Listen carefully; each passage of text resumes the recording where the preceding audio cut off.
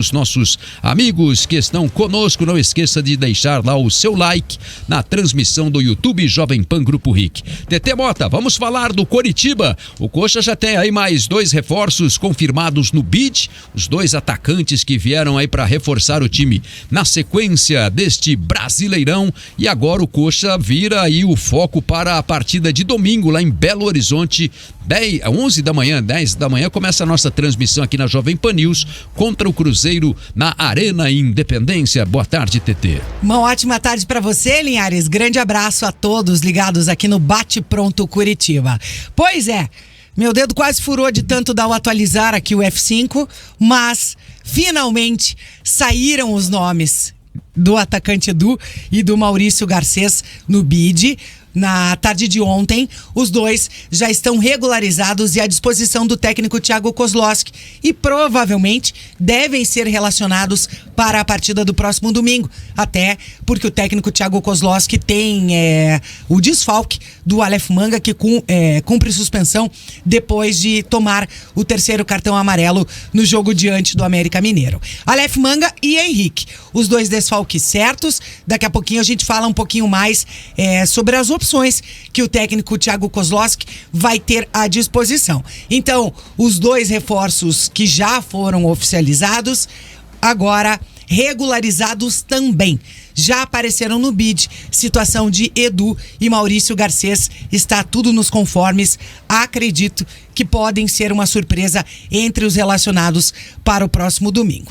Gente chegando e gente saindo também no Verdão. Hoje pela manhã o Coritiba anunciou a rescisão de contrato com o goleiro Sidney, ele que é um cara que vinha da base do Coritiba, né? Sidney tem 20 anos, Sidney, não é Sidney. Não, Sidney. Sidney é o Sidney Campos, tá ouvindo a gente aí. Que todo mundo chama de Sidney.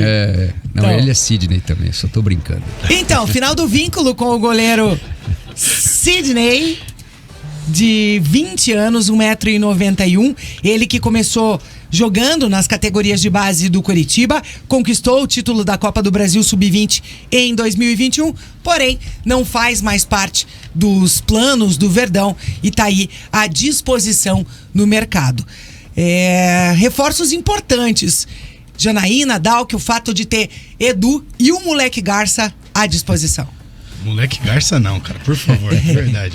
Para os íntimos só, né, Linhares? Não dá. Você não gostou? Não gostou. Desculpa. Não, é Maurício Garcês, né? O atacante aí. Ele é moleque Garça no grupo dele de Zap ali. Assim, eu acho que o Garcês ele pode já estrear, inclusive. Não duvido que seja até entre os titulares. O entrosamento entre o Edu e o Garcês já existe, né? Porque eles jogaram juntos lá no Bruscão, né? Que foi no grande ano da vida do Edu, né? Que fez com que ele fosse pro Cruzeiro depois, né? Só que assim, são 2 jogadores que nunca tiveram uma oportunidade em Série A de Campeonato Brasileiro. E é natural que seja um jogo mais difícil, que seja uma adaptação à competição. Assim como você colocar um cara muito cascudo, que jogou muita Série A numa Série B, é diferente, é difícil, né? Então é uma adaptação, porque é um jogo melhor, um jogo mais difícil, um jogo mais pegado, um jogo mais disputado. Tem no próprio Coritiba um exemplo bem recente do Léo Gamalho, né? Sim. O Léo Gamalho é um cara que na Série B, ele é um cara que parece que nasceu para jogar ali, né? Ele foi para a Série A com o próprio Coritiba e teve dificuldades de ser o mesmo artilheiro que ele é na Série B. A melhor temporada da vida do Léo Gamalho em Série A foi ano passado no Coritiba com 7 gols. Né? Porque antes disso ele tinha tido 1 gol marcado pelo Avaí, se eu não me engano, e acho que 1 pelo Bahia. Ele jogou no Criciúma também, né? Mas na Série A, né? Na Série B. Não, na Série B, isso. Série B, E daí o resto tudo... você fala de Série A. Isso, tanto que ele é o segundo maior artilheiro da história da Série B. Sim, né? Então por isso que eu falei. Na Série A ele não teve oportunidades assim, por quê? Porque era visto que talvez ele não fosse contribuir tanto. O Léo, por exemplo, é um cara que não tem mais o perfil, nem mais a idade, o físico para pressionar zagueiro, e hoje isso é muito importante. Hoje necessita muito. O Zé Roberto tinha dele mais, só que daí o problema é que o Zé Roberto não conseguia, lá na frente ele não conseguia resolver o negócio. E o Edu, eu creio que finalização não vai faltar, ele é muito bom finalizador. E o Edu é um cara que cheira gol. Sabe, aquele cara que tá sempre na hora certa, no Bem lugar posicionado. certo, bem posicionado, só que tem que ver se ele vai conseguir fazer isso na Série A também. Mas eu acho que talvez fisicamente, não sei se ele está bem ainda, né? Eu Porque acho que não. Fazia tempo Aí que ele tá não o ponto. jogava, né? Por isso que eu falei do Garcês. Eu acho que o Garcês tem chances até de ser titular, de ser utilizado, mas o Edu eu não sei se está condicionado fisicamente para jogar. A informação quando ele Mas eu chegou, acredito que inclusive... pode ser relacionado, pode ficar não, no banco. relacionado acho que sim, até porque o Pinho deve ser titular. A informação, né, TT, quando ele chegou, se apresentou o Edu, é que ele ainda passaria por um período, né, de recondicionamento, porque faz tempo que ele não joga, né? Desde abril. Exatamente, desde o mês de abril. Tô até voltando aqui no caderno que tá meio E complicado. mesmo assim, a chuva ele colou. partida completa mesmo faz mais tempo, né? Porque ele vinha assim alternando na reserva e tal, né? E eu acho que, até como a TT falou ontem, né, esse perfil de contratação do Coritiba pro setor do ataque é interessante porque são jogadores que parecem bem versáteis, né? O Maurício Garcês também, tanto ele podendo jogar pela ponta, pela beirada ali, mas também centralizado. E é um jogador que rendeu bastante, né, na última temporada no CSKA. Marcou 9 gols em 33 jogos, tem muita velocidade, tem força física.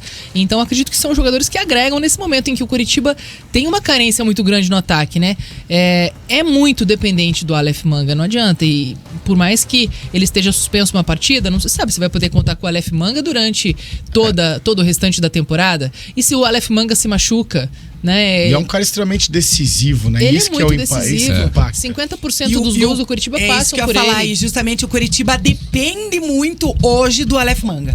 Sem dúvida nenhuma. A dependência que o Coritiba tem do Aleph Manga, Então ele né? precisa Aleph buscar Manga alternativas. dependência. Por mais que se fale muito, o torcedor não está muito animado com os reforços que estão chegando, porque o mercado é difícil mesmo, né? Principalmente o mercado brasileiro, tá buscando jogadores fora, mas eu acho que é importante você ter esses jogadores para compor o elenco, porque o Coritiba vai precisar, ele não vai conseguir sempre repetir a escalação, não vai conseguir ter um ataque sempre muito forte, né, muito consolidado ali, porque é um time que está em reconstrução. Sim, e eu acho que ainda são incógnitas, para ser bem sincero, assim, eu não sei analisar se foi boa a contratação ou não.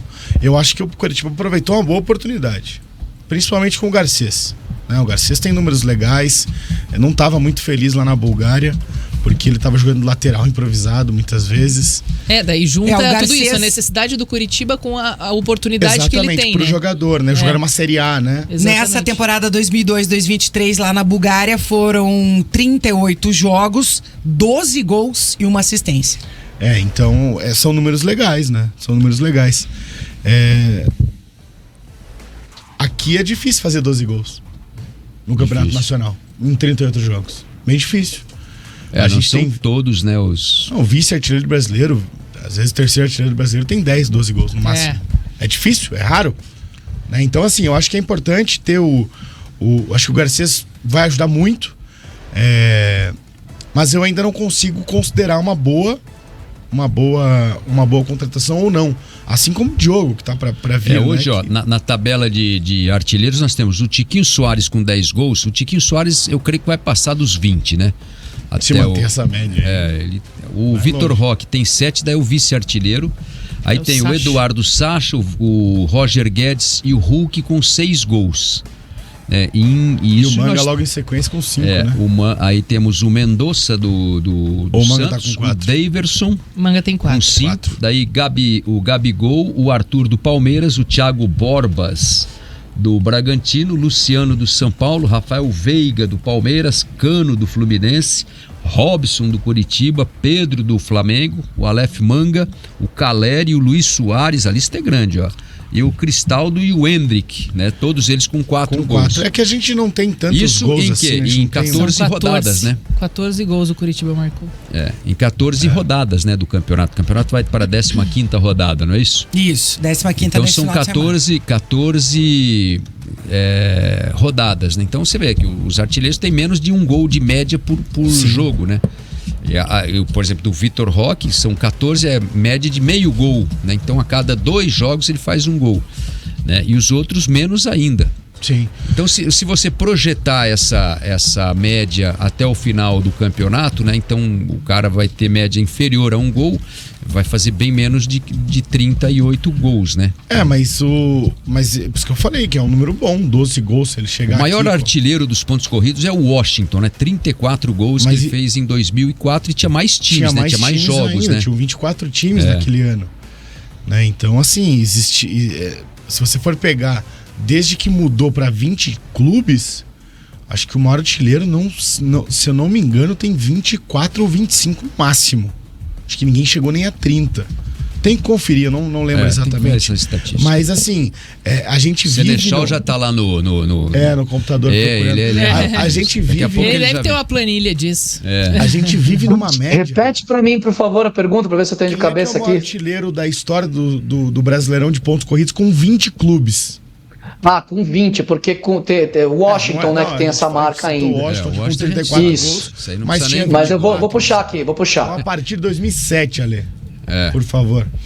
E a gente tem aqui 2006, né? É isso, 2006. Confundi, perdão.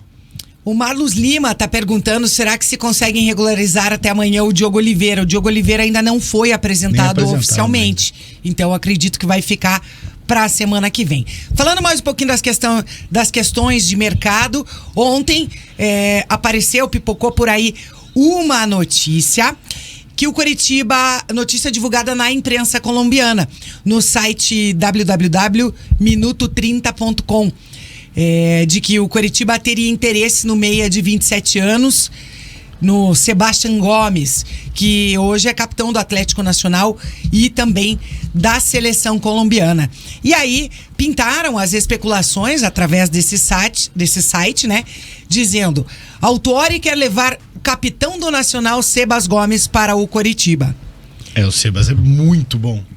É jogador volante. de 27 anos. Acho que é o André Ramiro falou aqui, ó, já no Wikipédia já tá lá o Sebastián Gómez como jogador do Coritiba. Calma, gente, Wikipédia qualquer um pode editar, viu? Editar e colocar. Qualquer um pode editar. Acho que é o André Ramiro. Gente, ainda não teve nada tenho aqui. Coritiba. Fala aí, Ale. Foi ano passado, Dalk. Cano, 26 gols. Viu? Falei, achava que 25 era maior, então ano passado 26 25 gols. Gabigol, e em 2019 pelo Flamengo era o que detinha o recorde, o Cano quebrou no passado. Então foram 17 anos, né? Vamos considerar 19, na verdade, desde 2004, né, com esse do Washington, que um jogador demorou para fazer 26 gols no Campeonato Brasileiro. É pouca média. Você pega no Campeonato Europeu, por exemplo, o Haaland esse ano na Premier League fez 35 gols. A média de quase por jogo. Então é uma média gigantesca, uma média diferenciada. E aqui a gente tem pouquíssimos gols. E por lá, todos os campeonatos têm jogadores artilheiros com mais de 30. Em 2008, o Keirson fez 21. Fez 21 e ele ficou empatado com 36 o Haaland também, tá, Dal? 36, a mais. Obrigado. Washington e Kleber Pereira. E esse ano, o Keirson fez 44 no ano, que ele ganhou o troféu de artilheiro do ano lá. Só que você vê, né, a diferença. Ele fez 44 gols, só que ele fez 21 no Brasileiro. Então, fez mais gols ainda em outras competições, como Copa do Brasil e Paranaense. Então, a média do Cano, que é o maior artilheiro, em 38 rodadas é 0,6 gols. Então é um pouquinho mais de meio gol. Cada 2 jogos, né, ele faz um gol. Então ele não deve ter jogado os 38 jogos, né? Não, o cara não joga os 38, né? Mas se você põe 38 rodadas, 26 gols, dá 0,6. Se pegar quantos jogos ele atuou efetivamente, aí você tem uma média mais correta ali, né?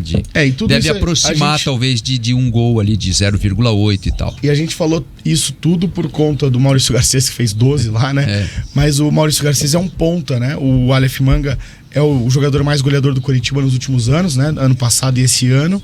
Também é um ponta, né? Então, a gente espera essa mesma característica, né? O próprio Diogo, que ainda não foi confirmado oficialmente, joga de centroavante, mas joga de ponta também. E é um cara que se assemelha muito em característica com o Manga. Forte, alto, que arrasta, né? O Manga não é um driblador. Ele não dribla ninguém. Ele dá os dribles, ele às vezes pra finalização, né?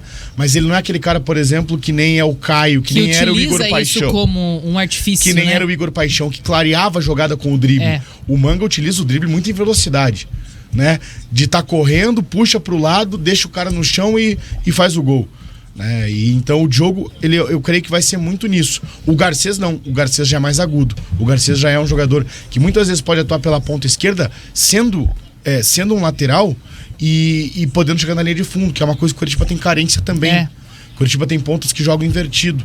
Muitas vezes, tirando o Robson agora, que virou titular absoluto, né? Mas antes, no início do ano, que jogava com Manga pela esquerda, Caio pela direita, eram pontas invertidos, sempre puxavam pra dentro pra chutar.